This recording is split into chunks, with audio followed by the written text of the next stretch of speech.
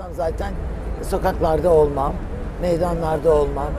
Gazeteci olaraktan daha iyi bir medya, çünkü medya hepsinin önemlisi.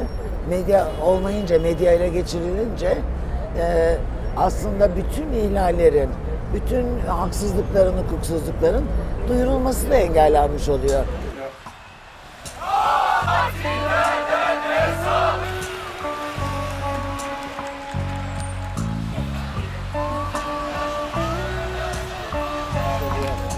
Hafta sonu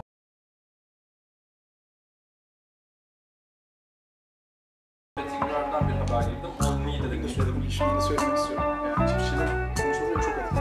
Maliyetleri aşırı pahalı geliyor ve kapatmışlar. Eğer ifade özgürlüğü yoksa, basın özgürlüğü yoksa, sonuçta senin sorduğun demokrasi ve özgürlükler de yok anlamına geliyor. Çünkü konuşamıyorsun yani. Bu gazeteci için sonuçta haberini özgürce yapamıyor. Haberini özgürce yapamayınca halk zincirleme gidiyor yani.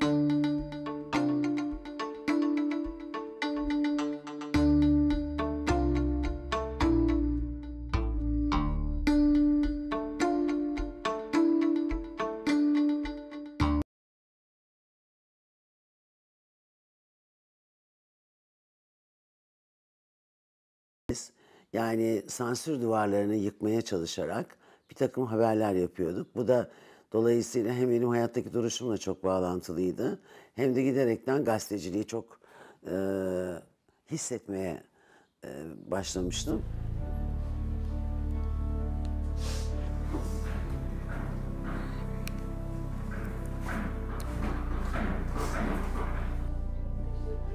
Bu da böyle ince. Yaparsın bunu olmuyor artık. Bu başkaları içinde, yani herkes içinde. Mahkemeye gidiyor, kazanamıyor. İmarla ilgili başına bir şey geliyor, olmuyor. Şimdi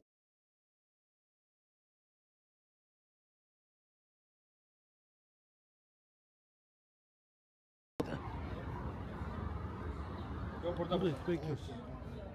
Her şeyi böyle bırakabilirsiniz arkadaşlar. Telefonlarınızı kapatın.